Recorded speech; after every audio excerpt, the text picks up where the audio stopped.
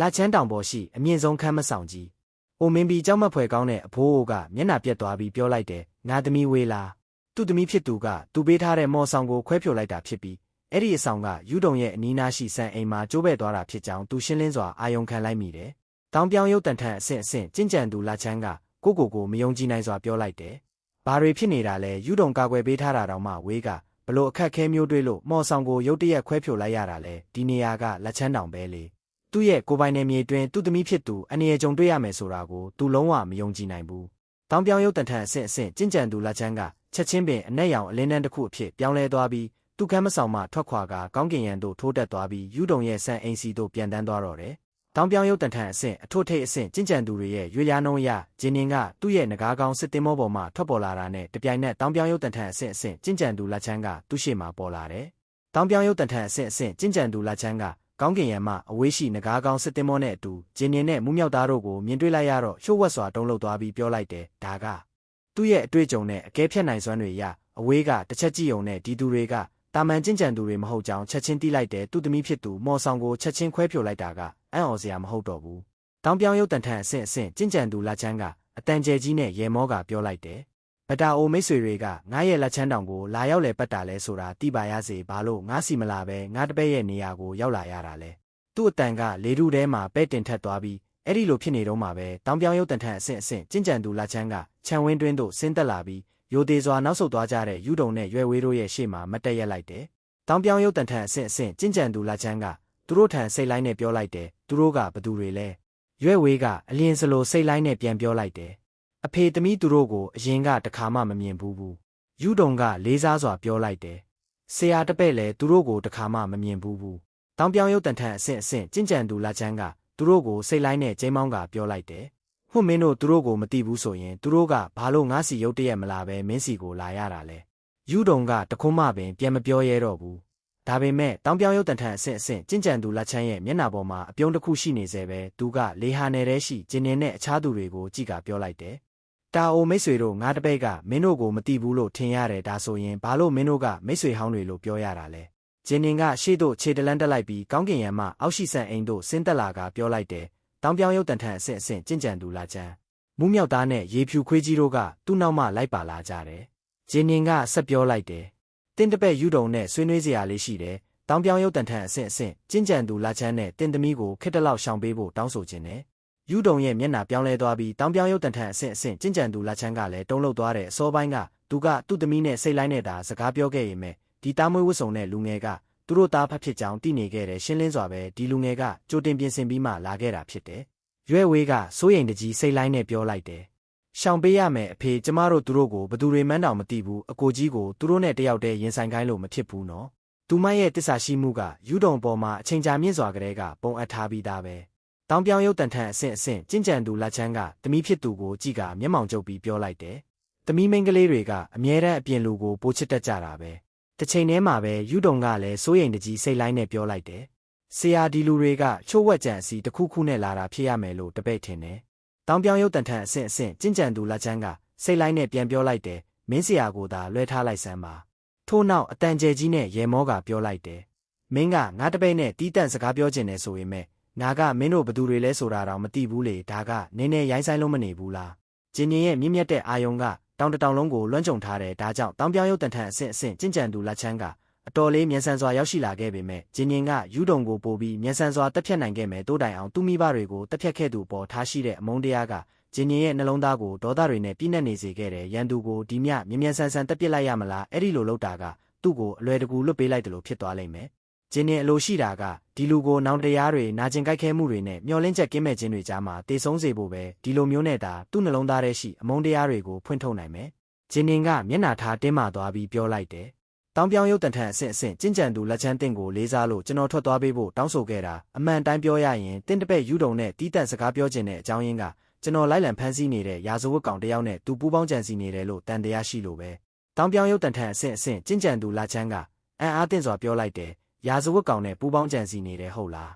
းရွယ်ဝေးနဲ့ယူဒုံတို့နှစ်ဦးစလုံးလည်းအလွန်မင်းတုံလို့သွားကြတယ်ဂျင်းနင်ကသူ့လက်ကိုဝှေ့ရမ်းလိုက်တော့သူ့လက်ထဲမှာအမိတ်တစိပ်ပြားတစ်ခုထွက်ပေါ်လာပြီးအဲ့ဒီအပေါ်မှာမိုးနဂါပုံတန်ထန်ပါရှိတယ်တောင်ပြောင်ရုပ်တန်ထန်အဆင့်ကျင့်ကြံသူလက်ချမ်းကမျက်နှာထားလေးနဲ့သွားပြီးပြောလိုက်တယ်မိုးနဂါအဆောင် ဒီနေ့ပြဿနာအစစ်အမှန်ရောက်လာပြီဖြစ်ကြောင်းသူသိလိုက်တယ်မိုးနဂါအဆောင်တဦးဖြစ်လာနိုင်စွမ်းရှိသူမိသူမဆိုးကစစ်မှန်တဲ့ထိတ်တန်းပါရမီရှင်တွေချစ်ကြပြီးသူကိုယ်တိုင်ပင်သူရှိဒီလူငယ်ကိုအနိုင်ယူနိုင်စွမ်းရှိမယ်လို့ယုံကြည်ချက်မရှိဘူးရွဲ့ဝေးကလည်းစိုးရိမ်ထိတ်လန့်သွားတယ်ခရမ်းရောင်နှန်းတော်အဆင့်ကျင့်ကြံသူတဦးဖြစ်တဲ့သူမအတွက်ဘယ်မိုးနဂါအဆောင်မဆိုးကနိုင်ရှင်လို့မရနိုင်လောက်အောင်အစွမ်းထက်တဲ့ပုံကိုယ်တွေဖြစ်ကြတယ်ယူဒုံကတော့လုံးဝကိုအထိတ်တလန့်ဖြစ်နေတယ်သူကကိုပြန်မေးခွန်းထုတ်ပြီးပြောလိုက်တယ်ငါမိုးနဂါအဆောင်တွေကိုတခါမှမစော်ကားဘူးသလိုဒီ၃ယောက်ကိုလည်းတခါမှမမြင်ဘူးဘာတွေဖြစ်နေတာလဲသူတက်ဖြတ်ခဲ့ဘူးသူတွေရဲ့စည်ရင်းကိုသူ့စိတ်ထဲမှာအမြန်ပြန်စဉ်းစားကြည့်ပေမဲ့ဘလို့ပဲဖြစ်သူ့ကြံစီတွေမှာဘယ်ချက်မှအားနည်းချက်မတွေ့ခဲ့ဘူးဒီလူတွေဘာအတွက်လာခဲ့ကြတာလဲဆိုတာသူလုံးဝနားမလည်နိုင်ဘူးဂျင်းနင်ကအေးဆက်စွာပြောလိုက်တယ်ကျွန်တော်လက်ချမ်းတောင်ကိုလာခဲ့ရဲ့ရည်ရွယ်ချက်ကယူဒုံကိုလာရှာပြီးစကားပြောဖို့ပဲတောင်ပြောင်ရုပ်တန်ထန်အဆင့်ကျင့်ကြံသူလက်ချမ်းတင်ကမိုးနဂါအဆောင်တွေအမှုလိုက်နေတာကိုဝင်ဆွတ်ဖတ်မလို့လားတောင်ပြောင်ရုပ်တန်ထန်အဆင့်ကျင့်ကြံသူလက်ချမ်းရဲ့မျက်နာကတင်းမာသွားတယ်အဲ့ဒီလိုလောက်ရမျိုးရဲ့စိုးကြိုးတွေကိုသူလုံးဝကင်တွယ်နိုင်မှာမဟုတ်ဘူးဒါပေမဲ့အဲ့ဒီအချိန်မှာယူဒုံကထွက်ပေါ်လာတယ်သူကယိုသေးစွာပြောလိုက်တယ်အရှင်မိုးနဂါအဆောင်တခင်ကျွန်တော်စီကဘာလို့ခြင်းလဲဆိုတာကျွန်တော်မသိဘူးအမှုတစ်ခုနဲ့ပတ်သက်ပြီးမေးခွန်းတွေမေးမယ်ဆိုရင်ဘာလို့ကျွန်တော်ဆရာကိုရှောင်နေရမှာလဲမေးစရာရှိရင်မေးပါကျွန်တော်ယူဒုံကလုံးဝရိုးသားဖြေချပေးမှာဖြစ်ပြီးမမှန်ကန်တဲ့စကားတစ်ခုမှပြောမှာမဟုတ်ဘူးနှစ်ပေါင်းများစွာကြာသူ့ရဲ့လက်ရှိအနေအထားသို့ရောက်ရှိအောင်ရုန်းကန်လာခဲ့ရသူဖြစ်တာကြောင့်ယူဒုံကနိုင်ရှင်လို့မရအောင်ထက်မြက်တဲ့သူတူဖြစ်တယ်ဒီမိုးနဂါအဆောင်ကသူ့ကိုဆရာဖြစ်သူနဲ့ခွဲထုတ်ဖို့အတင်းကျပ်တောင်းဆိုနေတာကြောင့်သူ့ဆရာကိုလုံးဝထွက်သွားခွင့်ပြုမှာမဟုတ်ဘူးဆရာဖြစ်သူထွက်သွားတာနဲ့တပြိုင်နက်သူကဘယ်ကာကွယ်မှမရှိတော့ပဲဒီလူရဲ့လက်အောက်မှာလုံးလျားကြားရောက်သွားနိုင်ခြေရှိတယ်။တောင်ပြောင်ရုပ်တန်ထန်အဆင့်ကျင့်ကြံသူလက်ချမ်းကအလျင်စလိုပြောလိုက်တယ်။ဟုတ်တယ်မေးစရာရှိရင်ဒီမှာပဲမေးပါမိုးနဂါအဆောင်တွေအမှုလိုက်နေတာကိုငါလုံးဝဝင်မစွက်ဖက်ဘူး။ဂျင်းနီရဲ့မျက်နှာထားကျဆင်းသွားတယ်ဒီတောင်ပြောင်ရုပ်တန်ထန်အဆင့်ကျင့်ကြံသူလက်ချမ်းကလွန်ခဲ့တဲ့ရာစုနှစ်ခုကျော်ကလေးကတောင်ပြောင်ရုပ်တန်ထန်အဆင့်အထွတ်ထိပ်အဆင့်တို့ရောက်ရှိခဲ့ပြီးသူ့တက်တန်းကုံဆုံးဖို့နီးကပ်နေပြီဖြစ်တယ်ဒီအကြောင်းကြောင့်ဂျင်းနင်ကသူ့ကိုလုံးဝရှော့မတွက်ရဲဘူးသူ့ပါရမီကဒုံတကဲ့သို့သောသူတွေထက်နှိမ့်ကြပေမဲ့သူကအချိန်ကြာမြင့်စွာကျင့်ကြံခဲ့ပြီးကံကောင်းတဲ့ကြုံဆုံမှုတွေအများကြီးရှိခဲ့မှာတေချာတယ်သူလိုအဘိုးတူမှာတေချာပေါက်ဖုံးကွယ်ထားတယ်လေကွက်တွေအများကြီးရှိနေလိမ့်မယ်သူရှိနေတော့မှယူဒုံကိုဖမ်းဆီးခေါ်ဆောင်သွားဖို့ကအတော်လေးခက်ခဲလိမ့်မယ်မူမြောက်သားကတော့တောင်ပြောင်ရုပ်တန်ထန်အဆင့်ကျင့်ကြံသူလက်ချမ်းကိုလက်ညှိုးထိုးကဒေါသတကြီးချိန်ဆပြီးပြောလိုက်တယ်လက်ချမ်းငါတို့မိုးနဂါအဆောင်တွေကအမှုလိုက်နေတာကိုမင်းကဒီမှာပြဿနာလာရှာနေတယ်မင်းကိုချက်ချင်းထွက်သွားဖို့ငါတိုက်တွန်းကျင်တယ်ဒါမှမဟုတ်ရင်တော့ငါတို့ညီအကိုနှစ်ယောက်ကယူနာကင်းမဲ့တယ်လို့မပြောနဲ့နော်တောင်ပြောင်ရုပ်တန်ထန်အဆင့်ကျင့်ကြံသူလက်ချမ်းကမျက်နှာပေါ်မှာအပြုံးတစ်ခုရှိနေစေနဲ့ပြောလိုက်တယ်အရှင်နှစ်ဦးဒါကစတီဝါရာမြောက်ပိုင်းတောင်မျိုးနွယ်စုရဲ့အမော်ဆောင်ပဲသူပြောလိုက်တာနဲ့တပြိုင်နက်သူ့လက်ထဲမှာသွေးရောင်အမိန့်တစိပ်ပြားတစ်ခုထွက်ပေါ်လာပြီးအဲ့ဒီအပေါ်မှာမြောက်ပိုင်းနဲ့တောင်ဆိုတဲ့စာလုံးတွေပါရှိတယ်သူကဆက်ပြောလိုက်တယ်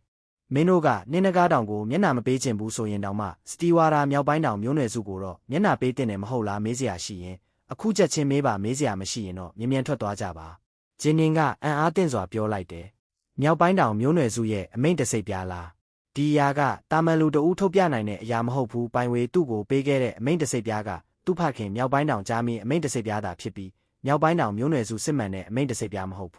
းပိုင်ဝေမိတ်ဆွေကောင်းတွေချစ်တာနဲ့အညီသူကအရာများစွာကိုသိရှိထားတယ်မြောက်ပိုင်းတောင်မျိုးနွယ်စုသွေးတစိပ်ပြားကိုထုတ်ပြနိုင်စွမ်းရှိသူကစတီဝါရာမြောက်ပိုင်းတောင်မျိုးနွယ်စုနဲ့နှဆိုင်နဲ့ပတ်သက်မှုရှိသူတဦးတေချာပေါက်ဖြစ်တယ်။တောင်ပြောင်ရုပ်တန်ထန်အဆင့်ကျင့်ကြံသူလက်ချမ်းကဂျင်းနင်တို့အဖွဲ့ကိုကြည့်ကပြောလိုက်တယ်။နှစ်တွေအများကြီးကြာခဲ့ပြီးဒီအမိန့်တစိပ်ပြားကိုငါထုတ်ပြဘူးတာဒါဟာနှစ်ခေါက်မြောက်ပဲငါအသက်ရှင်ဖို့အချိန်သိမ့်မကြံတော့ဘူးပြီးတော့မြောက်ပိုင်းတောင်မျိုးနွယ်စုကိုငါအတွက်အကူအညီတောင်းပြီးဒုက္ခမပေးချင်ဘူး။သူ့စကားတွေကပေါ်ပါးဖြစ်နေရင်မဲ့အဲ့ဒီစကားတွေရဲ့နောက်ွယ်ရှိချင်းချောက်မှုကအစစ်အမှန်ပဲဒီယာကရွဲ့ဝေးနဲ့ယူဒုံတို့ရဲ့မျက်နှာပေါ်မှာဝမ်းမြောက်ဝမ်းသာဖြစ်သွားတဲ့အမူအရာတွေကိုထွက်ပေါ်လာစေတယ်။မူးမြောက်သားကစိတ်လိုက်နဲ့ပြောလိုက်တယ်။အကိုကြီးကျွန်တော်တို့ဘယ်လိုလုပ်ကြမလဲဒီအဘိုးကြီးကမြောက်ပိုင်းတောင်မျိုးနွယ်စုရဲ့အမိန့်တစိပ်ပြားကိုတကယ်ထုတ်ပြနိုင်တယ်သူ့မှာခံရတဲ့နောက်ခံတစ်ခုရှိမယ်လို့ကျွန်တော်ထင်တယ်လောလောဆယ်ကျွန်တော်တို့နောက်ဆုတ်လိုက်ရင်ရောပြီးမှတခြားခွင့်ရေးတစ်ခုရှာကြတာပေါ့။ဂျင်းနင်ကဒေါသရိပ်ဆွတ်နေတဲ့အကြီးနဲ့ကြီးကပြောလိုက်တယ်။တောင်ပြောင်ရုပ်တန်ထန်အဆင့်ကျင့်ကြံသူလက်ချမ်းတင်ကသူ့အတွက်တကယ်ရက်တီပေးဖို့ဆုံးဖြတ်လိုက်ပြီလား။တောင်ပြောင်ရုပ်တန်ထန်အဆင့်ကျင့်ကြံသူလက်ချမ်းကပြုံးလိုက်ပြီးနောက်ခေါင်းညိပြလိုက်တယ်ဒီမိုးနဂါအဆောင်ကကျန်းတန်းပုံပေါက်ပေမဲ့အမှန်တကယ်တော့စိုးရိမ်နေကြောင်းသူသိနိုင်တယ်ဒီသူမကြမီထွက်သွားလိမ့်မယ်လို့သူယုံကြည်ထားတယ်ဂျင်းနင်ကနောက်လှည့်ကပြောလိုက်တယ်တင်သူ့ကိုလောလောဆယ်ကာကွယ်ပေးနိုင်တယ်ဒါပေမဲ့ထာဝရကာကွယ်ပေးနိုင်မယ်လို့ကျွန်တော်မယုံကြည်ဘူးညီလေးသွားကြဆိုမူးမြောက်သားကလည်းဒေါသတကြီးနာမုတ်ကပြောလိုက်တယ်ဟွန်းထိုးနောက်သူလည်းလှည့်ပြီးထွက်ခွာသွားတော့တယ်ဒါပေမဲ့ဒီချိန်လေးမှာပဲတောင်ပြောင်ရုပ်တန်ထန်အဆင့်ကျင့်ကြံသူလက်ချမ်းကိုကြောကိုင်းထားတဲ့ဂျင်းနင်ရဲ့မျက်လုံးတွေထဲမှာရက်ဆက်ကြမ်းကြုတ်တဲ့အကြည့်တစ်ခုဖြတ်ပြေးသွားတယ်ဒါကအကြာရှည်စွာဖိနှိပ်ထားခဲ့ရတဲ့အမုန်းတရားတွေက ပေါက်ဖွာလာတဲ့ရက်စက်မှုပဲဒါပေမဲ့တောင်ပြောင်းရုပ်တံထန်အဆင့်အဆင့်ကျင့်ကြံသူလက်ချမ်းနဲ့ယူတုံတို့ကဂျင်းနေရဲ့မျက်နှာကိုမမြင်နိုင်တာကြောင့်သူတို့ကအတော်လေးကျေနပ်နေကြပြီးတောင်ပြောင်းရုပ်တံထန်အဆင့်အဆင့်ကျင့်ကြံသူလက်ချမ်းမျက်နှာပေါ်မှာလည်းအပြုံးတစ်ခုအမှန်တကယ်ရှိနေတယ်ဂျင်းနေရဲ့စွမ်းအားကြီးမားတဲ့မြင့်မြတ်တဲ့အလိုဆန္ဒကဒေါသတကြီးစီးဆင်းနေတဲ့မြစ်တစင်းလိုရုတ်တရက်အပြင်ဘက်သို့လွှမ်းကြုံသွားပြီးတောင်ပြောင်းရုပ်တံထန်အဆင့်အဆင့်ကျင့်ကြံသူလက်ချမ်းစီတို့တိုက်ရိုက်ဖိချီသွားတယ်ဝုံအဲ့ဒါကသူ့ဝိညာဉ်ကိုရက်ဆက်စွာတိုက်မိသွားတယ်ဝိညာဉ်တုံလှုပ်ခြင်းကျင့်စဉ်တောင်ပြောင်းရုပ်တံထန်အဆင့်အဆင့်ကျင့်ကြံသူလက်ချမ်းကသူ့တက်တန်းကုံဆုံးဖို့နီးကပ်နေပြီဖြစ်ပြီးယခုအခါသူ့ကိုယ်သူပျော်ရွှင်စွာနေထိုင်ဖို့သာဂယူးဆိုင်တော့တဲ့ရလတ်အနေနဲ့သူ့ဓာတ်ကိုနှလုံးသားကအမှန်တကယ်ပင်တိတိတာတာအားနည်းနေခဲ့ပြီဖြစ်တယ်ဒါပေမဲ့တောင်ပြောင်းရုပ်တံထန်အဆင့်အဆင့်ကျင့်ကြံသူလက်ချမ်းကဘေးဆိုး၃ခုနဲ့ကောင်းကင်ဒုက္ခ၉ခုတို့ကိုဘယ်ချိန်မှကြုံတွေ့ရမှာမဟုတ်တာကြောင့်သူ့ဓာတ်ကိုနှလုံးသားအားနည်းသွားတာကိုသိပြီးဂယူးမဆိုင်ခဲ့ဘူးဒါပေမဲ့ယခုအချိန်မှာတော့ဂျင်းနေရဲ့မြင့်မြတ်တဲ့အလိုဆန္ဒဖိချေလာတာနဲ့တပြိုင်နက်တောင်ပြောင်းရုပ်တံထန်အဆင့်အဆင့်ကျင့်ကြံသူလက်ချမ်းကသူ့ဝိညာဉ်တုံးလှုပ်သွားတာကိုချက်ချင်းခံစားလိုက်ရတယ်သူကအံ့အားသင့်စွာပြောလိုက်တယ်မကောင်းတော့ဘူးမြင့်မြတ်တဲ့အလိုဆန္ဒကျင့်စဉ်တစ်ခုပဲသူ့မှာနှစ်ပေါင်းများစွာအတွေ့အကြုံတွေရှိပြီးအတိတ်ကမြောက်ပိုင်းတောင်မျိုးနွယ်စုအတွက်အကြိမ်ပေါင်းများစွာအသက်ဆုံးခဲ့ဘူးတဲ့သူ့ဓာတ်ကိုနှလုံးသားကအကျိုးဆက်အနေနဲ့အတော်လေးခိုင်မာနေစေဖြစ်ပြီးချက်ချင်းပင်တုံးလှုပ်သွားခဲ့တယ်သူကသူ့ကိုယ်သူတတိပေးကပြောလိုက်တယ်တတိထားစမ်းတောင်ပြောင်းရုပ်တံထန်အဆင့်အဆင့်ကျင့်ကြံသူလက်ချမ်းဝိညာဉ်ကပြင်းထန်စွာရုန်းကန်နေပြီးသူ့မျက်လုံးတွေထဲမှာရှင်းလင်းမှုအရေးအယောင်တစ်ခုထွက်ပေါ်လာတယ်သူကအော်ဟစ်ကပြောလိုက်တယ်ဒါဝင်ကပါသူကဒေတာတခွင်ကိုစိုးမိုးဖို့အသုံးပြုခဲ့တဲ့အမြင့်ဆုံးနည်းစနစ်ဖြစ်တဲ့လက်ချမ်းဒါဝင်ကပါကိုအသက်သွင်းဖို့ပြင်လိုက်ချိန်မှာပဲညှို့ယူဖမ်းစားနိုင်လောက်အောင်လှပပြီးနှေးကွေးဟန်ရှိတဲ့ဒါလင်းနန်းတစ်ခုလက်ကနေထွက်ပေါ်လာတယ်အဲ့ဒီဒါလင်းနန်းကလုံးဝကိုအသက်ရှူမလောက်အောင်လှပတဲ့အနက်ရောင်ဓာတ်ဖြောင့်ဆယ်လက်ကပတ်ဝန်းကျင်အရိယာမှာပေါ်ထွက်လာပြီးကာကွယ်ဖို့ပူးပေါင်းဖို့ပြင်နေချိန်မှာပဲဒါလင်းနန်းကအနက်ရောင်ဓာတ်ဖြောင့်တွေကတလက်ကိုဖျက်ခုတ်သွားပြီးတောင်ပြောင်းရုပ်တံထန်အဆင့်အဆင့်ကျင့်ကြံသူလက်ချမ်းခန္ဓာကိုယ်ပေါ်သို့တိုက်ရိုက်ခုတ်ပိုင်းချလိုက်တဲ့တောင်ပြောင်းရုပ်တံထန်အဆင့်အဆင့်ကျင့်ကြံသူလက်ချမ်းလက်ထဲရှိဓာတ်ကောက်နှစ်လက်ကကာကွယ်ဖို့ရွေ့ရသွားပေမဲ့ရိုက်ထုတ်လွင့်စင်သွားခဲ့တယ်ရွှမ်းသူခန္ဓာကိုယ်ကနှစ်ပိုင်းပြတ်သွားပြီးသွေးတွေနေရာအနှံ့ပန်းထွက်သွားတယ်မြောက်ပိုင်းမောင်ဓာတ်ကိုလက်ထဲမှာကိုင်ဆောင်ထားတဲ့ဂျင်းင်းကတောင်ပြောင်းရုပ်တံထန်အဆင့်အဆင့်ကျင့်ကြံသူလက်ချမ်းအနောက်မှာတိုက်ရိုက်ပေါ်လာတယ်အဲ့ဒီခဏလေးတွင်းမှာ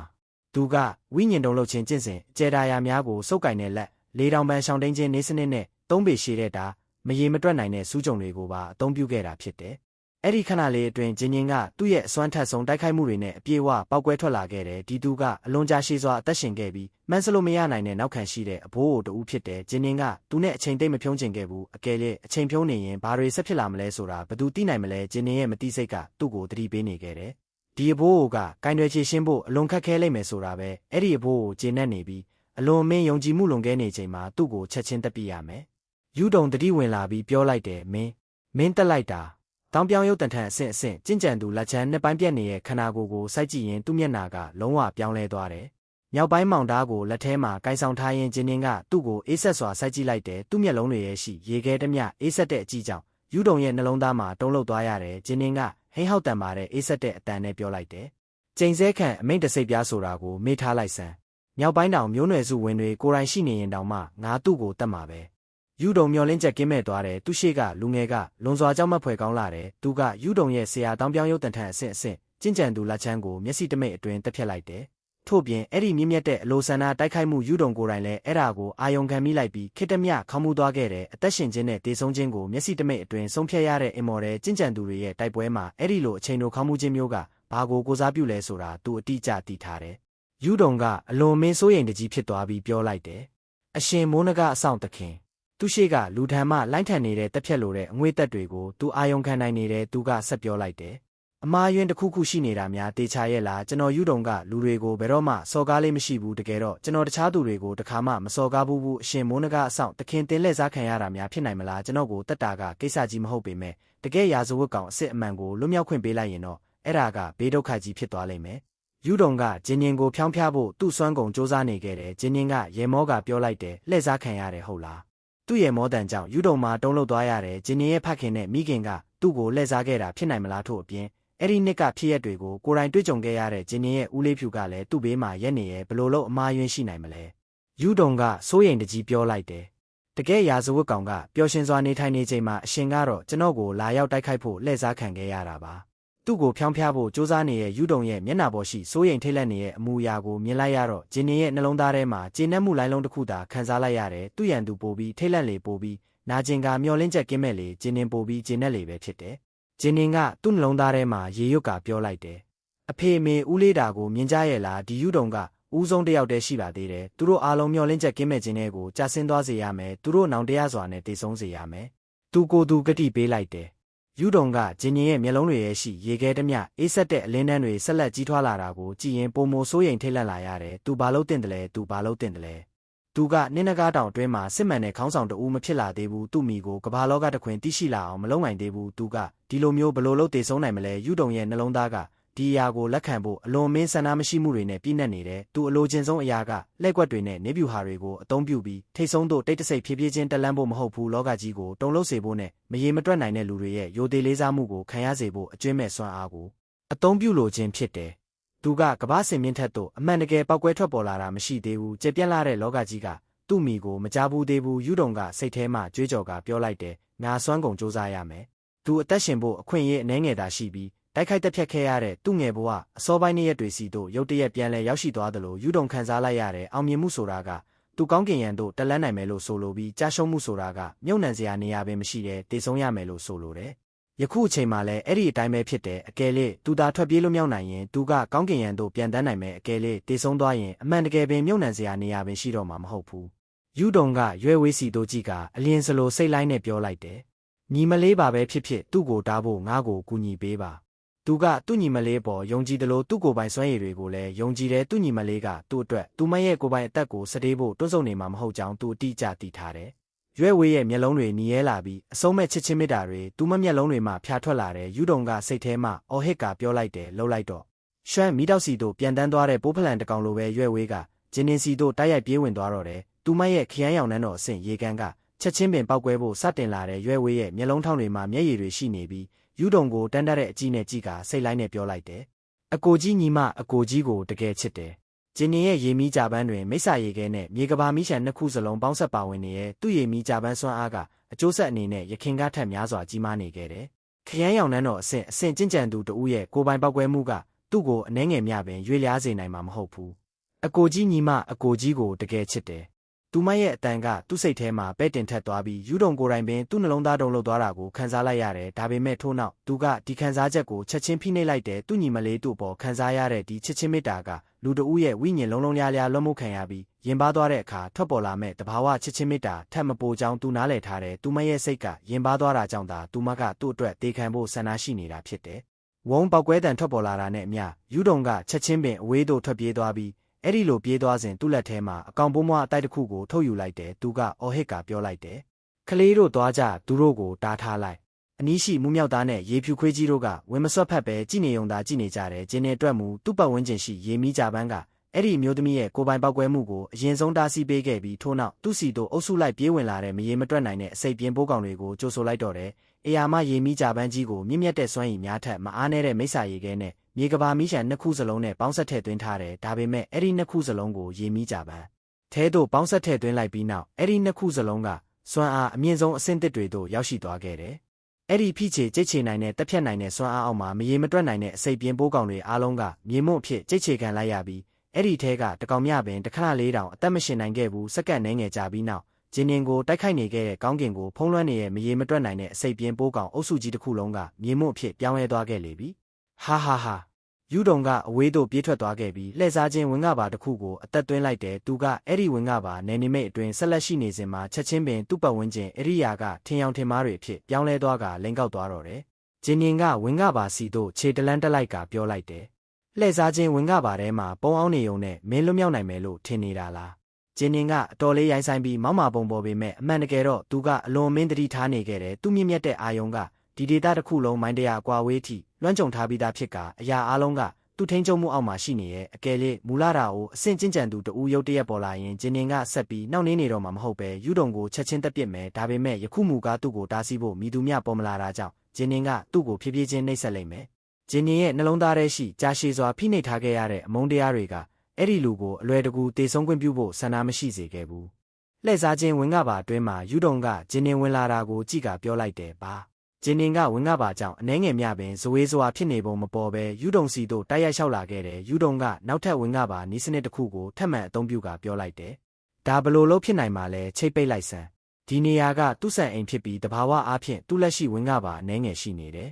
ဝေဝါးတဲ့အလင်းနှန်းတစ်ခုပေါ်ထွက်လာပြီးသူ့ကိုကာကွယ်ပေးလိုက်တယ်ရွှမ်းဓားလင်းနှန်းတစ်ခုဖြတ်ပြေးသွားပြီးဂျင်းနင်ကအေယာမချိတ်ပိတ်ခြင်းဝင်းကပါကြီးကိုအလွယ်တကူခုတ်ပိုင်းဖျက်ဆီးလိုက်တော့တယ်ဂျင်းနင်ကရှေ့သို့ဖြင်းချင်းစွာဆက်လက်လျှောက်လန်းသွားကပြောလိုက်တယ်အားနေလုံးတယ်ယူတုံကထွက်ပြေးဖို့ရည်ရွယ်ပြီးသူ့ဖိုးနံအသေးစားနေရာရွှေ့ပြောင်းခြင်းတာအိုတစိတ်ကိုစုပ်ကင်ကပြောလိုက်တယ်နေရာရွှေ့ပြောင်းစမ်းဒါပေမဲ့အဲ့ဒါကလုံးဝအသုံးမဝင်ခဲ့ဘူးဂျင်းနင်ကသူ့စီသို့ဆက်လက်လျှောက်လာကပြောလိုက်တယ်ပတ်ဝန်းကျင်ဒေသကိုလေဟာနဲ့ချိတ်ပိတ်ထားပြီးပြီယူတုံကနောက်ဆုံးမှာဒေါသရကြီးယူသွတ်သွားတော့တယ်သူကဒေါသရကြီးအော်ဟစ်ကပြောလိုက်တယ်မင်းကဘာလို့ကျင်နေတာလဲလှည့်စားခြင်းဝင်ကပါကမင်းပေါ်အသုံးမဝင်ဘူးမင်းကငါရဲ့အစိတ်ပြင်းပိုးကောင်တွေကိုအားဆိုင်စရာမလိုပဲတက်ပစ်ခဲ့တယ်မင်းကငါဆရာကိုတောင်ဓာတ်တစ်ချက်တဲနဲ့တက်ပစ်ခဲ့တယ်ပြီးတော့လေဟာနဲ့ချိတ်ပိတ်ခြင်းဝင်ကပါကိုတောင်ကြိုတင်ပြင်ဆင်ထားသေးတယ်မင်းကအရန်အစွမ်းထက်ပြီးအကွက်ချတက်လုံးတယ်ငါကမင်းကိုဒေါသထွက်အောင်ဘာတွေများလုပ်ခဲ့မိလို့လဲချက်ချင်းပင်အရေးတစ်ခုကသူ့ရှေ့မှာလျက်စီးကဲ့သို့မြန်ဆန်စွာရွေ့လျားပေါ်လာတဲ့ဓာလင်းနှန်းတစ်ခုကယူတုံရဲ့တန်ကြံကိုတိုက်ရိုက်ထိုးဖောက်သွားတော့တယ်သူ့ခန္ဓာကိုယ်ထဲမှာမော်ရတနာတစ်ခုပြီးတစ်ခုပြုတ်ကျလာတယ်သူဝတ်ဆင်ထားတဲ့မော်ဝိယုံနဲ့လက်မောင်းပေါ်ရှိလက်ကောက်ဝတ်ကာကွယ်ရေးအကာတို့သာသူ့ရာဖြစ်ကျန်ရှိတော့ပြီးကျန်တဲ့ရာအလုံးကပြုတ်ကျသွားကသူ့ထိန်းချုပ်မှုအောက်မှာမရှိတော့ဘူးဒီဓာတိုက်ခိုက်မှုကအလွန်မြန်ဆန်လုံးတာကြောင့်ယူတုံမှာရှောင်တိန်ဖို့ပင်မစွမ်းနိုင်ခဲ့ဘူးယူတုံကစိုက်ကြည့်ကပြောလိုက်တယ်မင်းဂျင်းနင်ကတည်ငြိမ်စွာပြန်ဖြေကြားကပြောလိုက်တယ်မင်းရဲ့တန်ကြံထဲကခရမ်းရောင်နှန်းတော်အဆင့်ကိုငါဖျက်ဆီးလိုက်ပြီယူတုံကလုံးဝကိုထိတ်လန့်သွားတော့တယ်သူ့တန်ကြံထဲရှိခရမ်းရောင်နှန်းတော်အဆင့်ကကျင့်ကြံသူတဦးအနေနဲ့သူ့ခြေခံအုံမြင့်ဖြစ်တယ်ဒီလိုမျိုးအလွယ်တကူဖျက်ဆီးခံလိုက်ရပြီလားအဲ့ဒါဖျက်ဆီးခံလိုက်ရတဲ့ခါမှာပင်သူ့ခန္ဓာကိုယ်ရဲ့သို့အားနေခြင်းခံစားချက်တစ်ခုရုတ်တရက်ပြည့်နှက်သွားကသူ့ကိုနှိုင်းရှင်လို့မရအောင်ထိတ်လန့်သွားစေတယ်ယူတုံကဒေါသရကြီးအော်ဟစ်ကပြောလိုက်တယ်ငါ့ကိုဘာလို့ပြက်ပြက်သားသားမတက်ပြရတာလ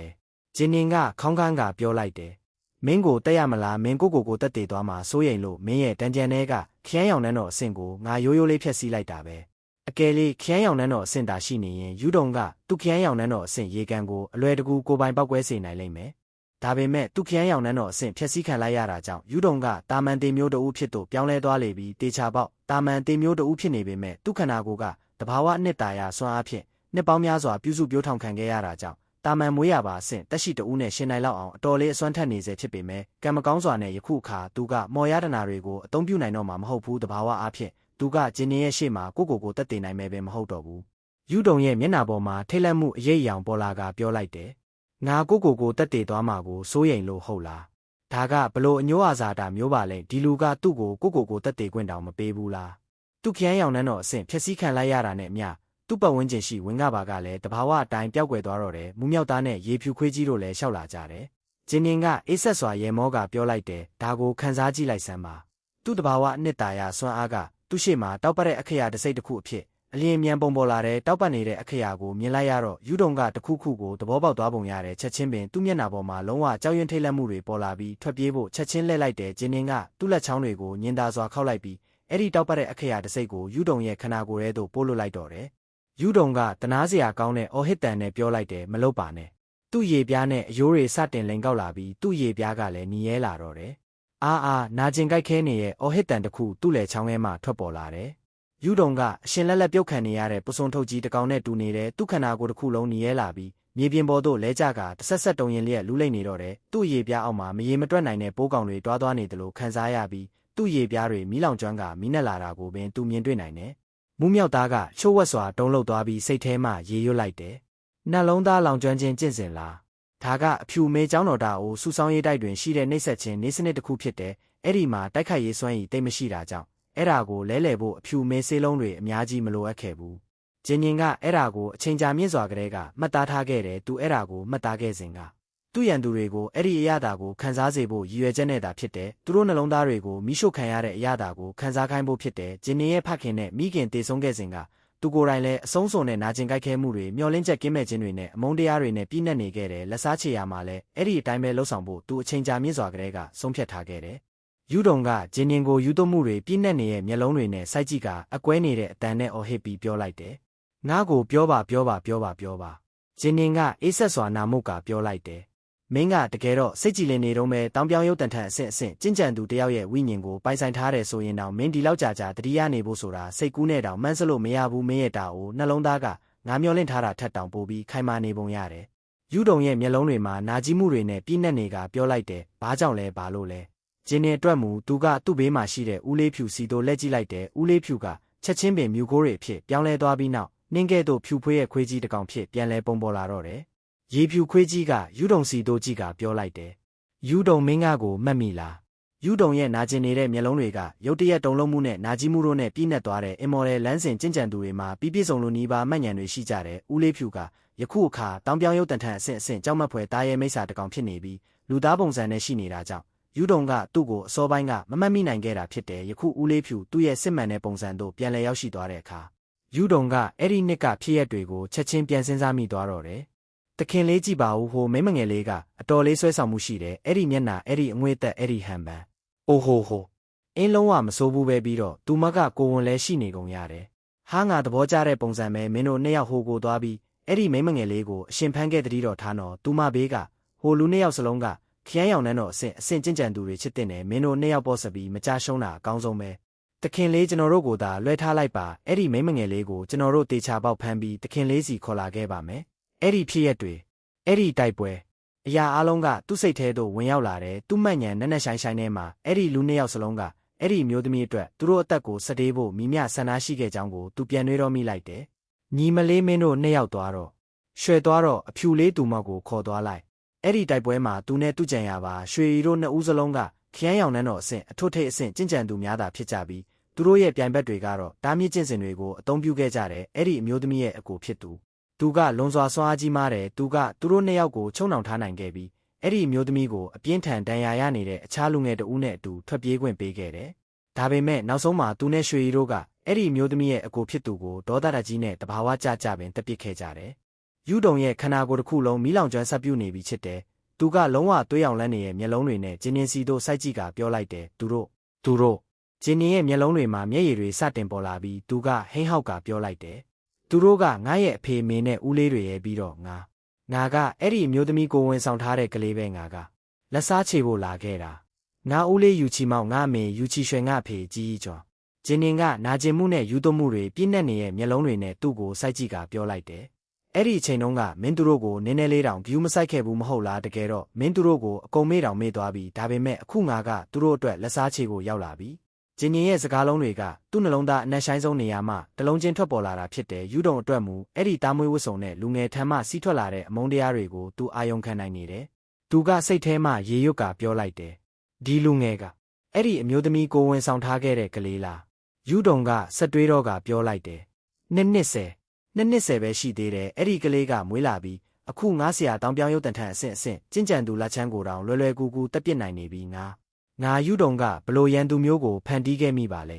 ယူဒုံကအရေးပါတဲ့ပုံကိုယ်တွေကိုစော်ကားမိမယ်ဆိုတာကိုအမြဲတမ်းအလွန်မင်းတတိထားပြီးဆန္ဒမရှိခဲ့ဘူးပါရမီရှင်အနှဲငယ်ကိုတက်ဖြတ်ရမှာပင်သူကအလွန်မင်းတတိထားခဲ့ပြီးသူဖြစ်ကြောင်းတဲလုံစတွေမကြံရစ်စေဖို့တေချာအောင်လှုပ်ဆောင်ခဲ့တယ်အဲ့ဒီကိုဝင်ဆောင်အမျိုးသမီးကိုတခင်လေးတုံခုနှစ်အားမြောက်ပင်ဖားရဖို့အရှင်ဖန်းလိုယုံသာရည်ရခဲ့ပေမဲ့အဲ့ဒီလိုကြောက်မက်ဖွယ်ကောင်းတဲ့လူငယ်တဦးကိုမွေးဖွားလာစေလိမ့်မယ်လို့သူလုံးဝမမျှော်လင့်ထားခဲ့ဘူးယူဒုံကစိတ်ထဲမှရေရွတ်ကပြောလိုက်တယ်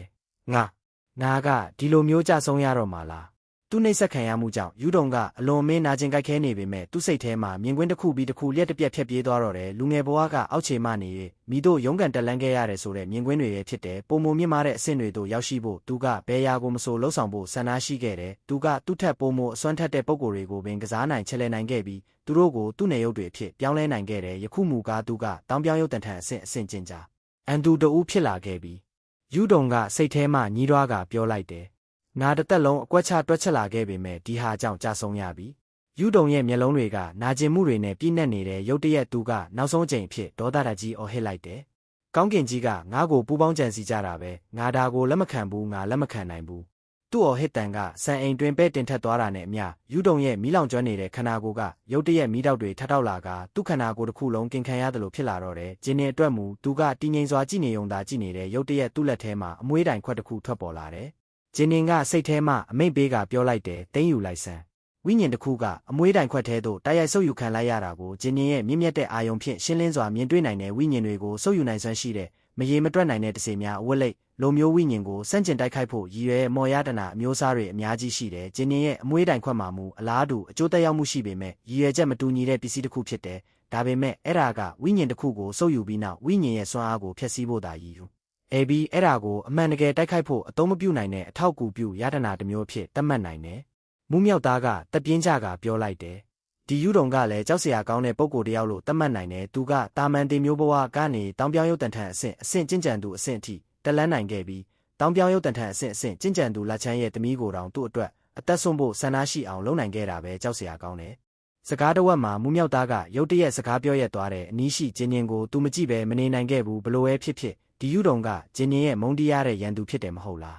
ဂျင်းရင်ရဲ့အကြည့်ကရေကန်တစ်ခုရဲ့ရေပြင်လိုနဲ့နေပြီးတည်ငြိမ်နေတဲ့သူကမြေပြင်ပေါ်ရှိမီးလောင်ကျွမ်းနေရဲ့အလောင်းကိုတည်ငြိမ်စွာကြည့်ကပြောလိုက်တယ်သူကတကယ်ကြောက်စရာကောင်းတဲ့ပုံကိုတယောက်ပါဒါပေမဲ့သူကသူ့ရဲ့လောက်ရက်တွေမှာကယူနာကင်းမဲ့တယ်ပုံမြင့်တဲ့နေရာတစ်ခုကိုရောက်ဖို့အတွက်သူကဘာမဆိုလုပ်ဖို့ဆန္ဒရှိခဲ့တယ်အဲ့ဒီတခင်လေးတုံခုနှစ်ကိုမျက်နာလိုမျက်နာရလုပ်ဖို့အတွက်ငါအမေကိုဝန်ရှိနေတာကိုတောင်သူကတကယ်ပဲတိုက်ခိုက်ဖို့ဆန္ဒရှိခဲ့တယ်ငါအမေကိုကာကွယ်ဖို့အတွက်ငါဦးလေးကပွဲချင်းပြီးတေဆုံးခဲ့ရပြီးငါအဖေရဲ့အင်မော်ဒယ်လမ်းစဉ်အလားအလာတွေဖျက်ဆီးခံခဲ့ရတယ်ဂျင်းနင်ကဆက်ပြောလိုက်တယ်နောက်ဆုံးတော့အမေနဲ့အဖေကတေဆုံးသွားခဲ့ရတော့မယ်တုံခုနှစ်ကိုမျက်နာလိုမျက်နာရလှုပ်ယုံတက်တက်နဲ့သူကဒီလိုမျိုးလုပ်နိုင်ခဲ့တယ်သူမြင့်မြတ်တဲ့အာယုံဖြင့်သူမြင်တွေ့ခဲ့ရတာတွေနဲ့ယူတုံကရွယ်ဝေးကိုလိန်ကျင်တူးလိုမိတို့ဆက်ဆံခဲ့သည်တို့ကိုဂျင်းနင်ပြန်စဉ်းစားမိလိုက်တယ်ဒီသူကလုံးဝကိုကယူနာကင်းမဲ့သူဖြစ်တယ်မြစ်ပေးမှာမကြာခဏလမ်းလျှောက်ရင်နောက်ဆုံးမှာဖက်နဲ့ဆိုသွားလိမ့်မယ်ဆိုတဲ့စကားပုံလိုပဲဒီနေ့ယူတုံကဂျင်းနင်ရဲ့လက်ထဲမှာမကြာဆုံးခဲ့ရင်တောင်မှနောက်ဆုံးမှာအခြားကျွမ်းကျင်သူတူကသူ့ကိုလာရောက်တက်ဖြတ်ပေးလိမ့်မယ်အင်မော်ဒယ်ကျင့်ကြံခြင်းလမ်းစဉ်ကကိုအားကိုးရတဲ့လမ်းစဉ်ဖြစ်တယ်လက်ကွက်တွေနေပြူဟာတွေအပြင်ဘက်မှအကူအညီတွေတခြားသူတွေကိုလမ်းမှာစောင့်ကြိုတိုက်ခိုက်ခြင်းတွေအဲ့ဓာတွေကလူတအုပ်ကိုခစ်တမျှတာထင်ပေါ်ကျော်ကြားစေလိမ့်မယ်နောက်ဆုံးမှာတော့တင်ချိုင်းတွင်းကသာစောင့်ကြိုနေလိမ့်မယ်ကိုအားကိုးခြင်းကသာစစ်မှန်ပြီးထာဝရတည်တတ်တဲ့လမ်းစဉ်ဖြစ်တယ်ဝိဂျင်းရင်ကသူ့လက်ကိုဝိရမ်းလိုက်တော့ခြံဝင်းတွင်းရှိမော်ရတနာတွေအားလုံးကိုသိမ်းယူလိုက်တယ်ဂျင်းရင်ကမူးမြောက်သားနဲ့ဦးလေးဖြူတို့ကိုကြည့်ကပြောလိုက်တယ်မြ မြန်သွားကြဆိုစောကအဲ့ဒီတောင်ပြောင်းရုပ်တန်ထန်အဆင့်ကျင့်ကြံသူလက်ချမ်းကငါ့ကိုအရန်ဆိုးရွားတဲ့ခံစားချက်တစ်ခုပေးခဲ့တယ်သူ့မှာအရေးပါတဲ့နောက်ခံတစ်ခုရှိရမယ်လို့ငါထင်တယ်ငါတို့ဒီမှာဆက်နေလို့မဖြစ်ဘူးဦးလေးဖြူကခေါင်းညိတ်ကပြောလိုက်တယ်ကောင်းပြီမူးမြောက်သားကလည်းသဘောတူလျက်ပြောလိုက်တယ်ဟုတ်တယ်မြောက်ပိုင်းတောင်မျိုးနွယ်စုရဲ့အဲ့ဒီသွေးတစိပ်ပြားကသူအနေရရှိတယ်ဆိုတာသက်သေပြနေတယ်မကြာမီဂျင်းရင်တို့အဖွဲ့ကလက်ချမ်းတောင်မှတိတ်တဆိတ်ထွက်ခွာသွားကြတယ်သူတို့ထွက်ခွာသွားတာကိုမိသူမြလုံးဝသတိမထားမိခဲ့ဘူးကောင်းကင်ယံမှာငကားကောင်းစစ်တင်မောကရှေ့သို့ဖြင်းချင်းစွာပြန်တန်းသွားရင်တန့်စင်တဲ့အနက်ရောင်တက်တက်ဖြစ်အယောင်ထက်မှန်ပြောင်းလဲသွားတော့တယ်ဂျင်းရင်ကသူတို့ကိုတိတ်တဆိတ်ရေရွတ်ကပြောလိုက်တယ်အဖေအမေဦးလေးကျွန်တော်တို့ရဲ့ရန်သူ၃ယောက်ထဲကတယောက်ကိုကျွန်တော်တက်လိုက်ပြီးစိတ်မပူပါနဲ့သူတို့တဲကတယောက်မှအသက်ရှင်ကြံရစ်မှာမဟုတ်ဘူးပြီးတော့ဦးလေးရဲ့တူးတဲသောသမီးလေးဒီနေ့ကျရင်သူမကိုရှာတွေ့ဖို့နင်းလန်းတစ်ခုကျွန်တော်ရှာမယ်ဂျင်းနီရဲ့ဖခင်ပြောခဲ့တာတွေကိုအခြေခံရင်သူ့ဦးလေးမှာသမီးတူးတဲတာရှိတယ်ဒါပေမဲ့သူ့ညီမဝမ်းခွဲကတိတိကျကျဘယ်နေရာမှာရှိနေတယ်လဲသူမနာမီကဘလို့ခေါ်တယ်လဲသူမဘလို့ပုံစံရှိတယ်လဲကံမကောင်းစွာနဲ့ဒီမေကုန်းတွေရဲ့ကတခုကိုမျှဂျင်းနီအဖြေမသိဘူးသူမကိုရှာဖွေဖို့အလွန်ခက်ခဲပေလိမ့်မယ်ဒါပေမဲ့လည်းဂျင်းနင်ကလက်မလျှော့ခဲ့ဘူးအကြောင်းမှာအင်မော်ဒယ်ကျင့်ကြံသူတူပိုမိုအစွမ်းထက်လာလေသူတို့မှာရွေးချယ်စရာတွေပိုမိုရှိလာလေဖြစ်တာကြောင့်ပဲအချို့သောဒဏ္ဍာရီလာအစွမ်းထက်အင်မော်ဒယ်တွေကလက်တစ်ဖြစ်တီးုံနဲ့အနာဂတ်မှာဘယ်ဖြစ်ရက်တွေဖြစ်ပေါ်လာမလဲဆိုတာကိုပင်တွက်ချက်နိုင်စွမ်းရှိကြောင်းသူကြားဘူးတဲ့အနာဂတ်မှာသူဒီနည်းစနစ်တွေကိုတင်ယူနိုင်ရင်သူ့ညီမဝမ်းခွဲကိုရှာဖွေဖို့အလွန်ခက်ခဲမှာမဟုတ်ဘူးအနီးရှိရေဖြူခွေးကြီးကတော့တိတ်ဆိတ်စွာကြည်နေုံသာကြည်နေတယ်သူတို့ရဲ့မုန်းတီးရတဲ့ရန်သူတွေထဲမှတဦးကိုတက်ဖြတ်နိုင်ခဲ့ခြင်းအတွက်သူလည်းအလွန်မင်းစိတ်လှုပ်ရှားမှုကိုခံစားနေရပြီးသူ့နှလုံးသားထဲမှာလည်းကျေနပ်မှုကိုခံစားနေရတယ်သူကသူ့ကိုယ်သူတိတ်တဆိတ်ရေရွတ်ကပြောလိုက်တယ်အကိုကြီးကျွန်တော်တို့ရဲ့ကလေးဂျင်းနင်ကပိုပြီးအစွမ်းထက်လာပြီးတောင်ပြောင်းရုပ်တန်ထန်အဆင့်အထွတ်ထိပ်အဆင့်ကျင့်ကြံသူကိုတောင်သူတက်ပြစ်နိုင်ခဲ့ပြီးဂျင်းနင်ရဲ့နမီကကျဲပြန့်ပြီးအဆုံးအစမရှိတဲ့လောကကြီးတစ်ခွင်မှာတေချာပေါက်ပြန့်နှံ့သွားမှာဖြစ်ပြီးကြီးမြတ်တဲ့ရှာဒိုင်းနက်စတီအုပ်ချုပ်တဲ့လောကမှာတကယ်ကိုသားစာလွှမ်းမိုးပြီးနမီကျော်ကြားတဲ့ပုံကိုယ်တစ်ယောက်ဖြစ်လာလိမ့်မယ်မူးမြောက်သားကစကားပြောလိုက်တယ်အကိုကြီးဂျင်းနင်ကသူ့စီတို့လှည့်ကြည့်လိုက်တယ်မူးမြောက်သားကမေးလိုက်တယ်ကျွန်တော်တို့တိမ်တိုက်လဲကွင်းတွေစီသွားကြမလားနင်းတိမ်တိုက်လဲကွင်းများကဒုံမျိုးနွယ်စုသူတို့ရဲ့အခြေခံအုတ်မြစ်တွေကိုတီထောင်ထားတဲ့နေရာဖြစ်တယ်ရွှေရီကဒုံမျိုးနွယ်စုရဲ့ခရမ်းရောင်နှန်းတော်အဆင့်ကျင့်ကြံသူတဦးဖြစ်တယ်အကယ်လေသူတို့ကရွှေရီကိုတတ်မယ်ဆိုရင်တဘာဝအားဖြင့်နင်းတိမ်တိုက်လဲကွင်းများစီတို့သွားရပေမယ်ဂျင်းနင်ကဖြေလိုက်တယ်ဟုတ်တယ်ငါတို့အခုချက်ချင်းသွားမယ်မူးမြောက်သားကအလင်းစလိုပြောလိုက်တယ်ဒါပေမဲ့အဲ့ဒါကအလွန်ကြီးမားတဲ့မျိုးနွယ်စုကြီးပဲသူတို့မှာတောင်ပြောင်းရုပ်တန်ထန်အဆင့်ကျင့်ကြံသူ10ယောက်ကျော်ရှိပြီးမူလာတာကိုအဆင့်ကျင့်ကြံသူတယောက်ရဲ့မျိုးနွယ်စုလည်းဖြစ်တယ်အဲ့ဒီမူလာတာကိုအဆင့်ကျင့်ကြံသူကနင်းနဂါးတောင်ကိုစောင့်ကြက်နေတယ်ဆိုပေမဲ့သူကသူ့မျိုးနွယ်စုအတွက်ကာကွယ်ရေးနည်းစနစ်တချို့ခြံထားခဲ့မှာတေချာတယ်ပြီးတော့အရေးကြီးတဲ့အချိန်မှာမူလာတာကိုအဆင့်ကျင့်ကြံသူကိုယ်တိုင်အလင်းစလိုပြန်လာနိုင်တယ်ဂျင်းနင်ကခေါင်းညိတ်ကပြောလိုက်တယ်ငါတိတယ်စိတ်မပူပါနဲ့ညီလေးမူလာတာကိုအဆင့်ကျင့်ကြံသူကိုထိတ်တိုက်ရင်ဆိုင်ဖို့အထိငါမောက်မာနေတာမဟုတ်ဘူးမူးမြောက်သားကခေါင်းညိတ်ကပြောလိုက်တယ်အကိုကြီးစိတ်ကြည်လင်နေတာကောင်းတယ် ဂျင်းရင်ယူတုံကိုတက်လိုက်တာကိုသူမြင်တွေ့ခဲ့ရစဉ်ကမူးမြောက်သားကစိုးရိမ်လာခဲ့တယ်သူကိုယ်တိုင်လည်းအလားတူအတွေ့အကြုံမျိုးကြုံတွေ့ခဲ့ဘူးပြီးမိဘတွေကိုတက်ဖြတ်ခဲ့သူတွေနဲ့ရင်ဆိုင်ရတဲ့အခါလူတဦးကဒေါသအကြီးယူသွတ်သွားနိုင်ကအဲ့ဒီအချိန်မှာဘယ်ရာကိုမဆိုအမှန်တကယ်လှုပ်ဆောင်နိုင်စွမ်းရှိသွားနိုင်ကြောင်းသူသိထားတယ်ဂျင်းရင်ကိုအသက်အန္တရာယ်မကြုံစေလိုဘူးအနီးရှိရေဖြူခွေးကြီးကတိုက်တွန်းကပြောလိုက်တယ်ဂျင်းရင်ငါသားငါမြင်တဲ့လောက်တော့တောင်ပြောင်းရုပ်တန်ထန်အဆင့်ကျင့်ကြံသူလက်ချမ်းချန်ထားခဲ့တဲ့ရတနာတွေကိုအရင်ဆုံးစစ်ဆေးကြည့်ကြရအောင်တောင်ပြောင်းရုပ်တန်ထန်အဆင့်ကျင့်ကြံသူလက်ချမ်းဟာအရန်အန္တရာယ်များတဲ့လူတစ်ယောက်လို့ငါလည်းဆက်ပြီးခံစားနေရတယ်ဂျင်းရင်နဲ့မူးမြောက်သားတို့နှစ်ဦးစလုံးကခေါင်းညိတ်ကပြောလိုက်တယ်ကောင်းပြီသူတို့ကတောင်ပြောင်းရုပ်တန်ထန်အဆင့်ကျင့်ကြံသူလက်ချမ်းချန်ထားခဲ့တဲ့မော်ရတနာတွေကိုချက်ချင်းစတင်ချိတ်ဆက်ကြပြီးသူ့တို့လောင်ရဲ့အမျိုးအစားမော်ရတနာတွေအတွင်းမှာစတင်ရှာဖွေကြတော့တယ်လက်ချမ်းတောင်ကရခင်ကဲ့သို့ပင်တည်ငြိမ်အေးချမ်းနေစေဖြစ်တဲ့အစီခံတွေနဲ့လောက်ငယ်သားတွေကတောင်ပြောင်းရုပ်တန်ထန်အဆင့်ကျင့်ကြံသူလက်ချမ်းတေဆုံးသွားကြောင်းကိုပင်မတိကြဘူးဒါပေမဲ့ဂျင်းရင်တို့အဖွဲထွက်ခွာသွားပြီးနောက်နှစ်နာရီခန့်အကြာမှာပတ်ဝန်းကျင်ရှိလေဟာနယ်ကစတင်တုံခါကလိန်ကောက်လာတော့တယ်။ရွှမ်းလုံးဝကိုအနက်ရောင်တက်တက်ဖြစ်နေတဲ့ဓာပုံတန်ထန်စစ်တင်မောတစီကတောင်ရဲ့အထက်ကောင်းကင်ယံမှာပေါ်ထွက်လာတယ်။ဝစ်သွေးရောင်ဝစ်ယုံဝစ်စင်ထားတဲ့ပုံရိပ်တစ်ခုပြီးတစ်ခုအဲ့ဒီထဲမှာချက်ချင်းပြန်တန်းထွက်လာကြပြီးမျက်စိတမိတ်အတွင်းကောင်းကင်ယံမှာအဲ့ဒီသူတို့73ဦးနဲ့ပြည့်နှက်သွားတော့တယ်။သူတို့ရဲ့ခေါင်းဆောင်ကသူ့ဝစ်ယုံလက်စွပ်တွေမှာငွေရောင်ပြန်တန်းနိုင်တဲ့ဓာတ်တလက်ကိုပန်းထိုးထားတဲ့ကျန်တဲ့12ဦးကတော့သူတို့ရဲ့လက်စွပ်တွေမှာမီးခိုးရောင်ပြန်တန်းနိုင်တဲ့ဓာတ်တို့အေကိုပန်းထိုးထားကြတယ်။ဝုံစွားကြီးမားတဲ့မြင့်မြတ်တဲ့အာယုံတစ်ခုကအောက်ဘက်သို့ချက်ချင်းလွှမ်းကြုံသွားကအဲ့ဒီဒေတာကိုဖုံးလွှမ်းသွားတော့တယ်သွေးရောင်ဝစ်ယုံဝစ်လူတွေရဲ့ခေါင်းဆောင်ဖြစ်တဲ့ထိပ်ပြောင်နေတဲ့ပုံရိပ်ကသူ့ဦးခေါင်းခွင်ထက်မှာထူးဆန်းတဲ့အခရာတွေရှိနေတယ်သူ့အကြည့်ကရေခဲတမျှအေးဆက်နေကအောက်ဘက်သို့စိုက်ကြည့်နေတော့တယ်ခေါင်းဆောင်ရဲ့ဘေးရှိသွေးရောင်ဝစ်ယုံဝစ်လူတဦးကတိုးတိုးလေးမေးလိုက်တယ်ခေါင်းဆောင်အကိုနှစ်ခုမြောက်သူထိပ်ပြောင်နေတဲ့သွေးရောင်ဝစ်ယုံဝစ်လူကဖြေလိုက်တယ်သူတည်ပြီသူ့အတန်ကအကွဲနေပြီးဓာတ်တွေအချင်းချင်းရိုက်ခတ်နေတယ်လို့နားဦးလောက်အောင်ကျဲလောင်နေတယ်သူကဆက်ပြောလိုက်တယ်လူသက်သမားကသူ့အလောင်းကိုဖျက်ဆီးသွားပြီးပြီဆိုရင်မဲ့တိုက်ပွဲရဲ့အငွေ့သက်တွေရှိနေသေးတယ်လို့အကိုနှစ်ခုမြောက်ရဲ့သွေးနှမ်းကလည်းလေထဲမှာကျန်နေသေးတယ်တကယ်တော့တခြားဖျောင်းတိုင်တွေနဲ့အတူငါတို့ရဲ့ပင်မခမ်းမဆောင်ထဲမှာထားရှိတဲ့အကိုနှစ်ခုမြောက်ရဲ့ဖျောင်းတိုင်ငင်းသွားကြတဲ့ကသူတည်သွားခဲ့တာပဲမင်းတို့တယောက်မှမယုံကျင်ကြလို့ဒါ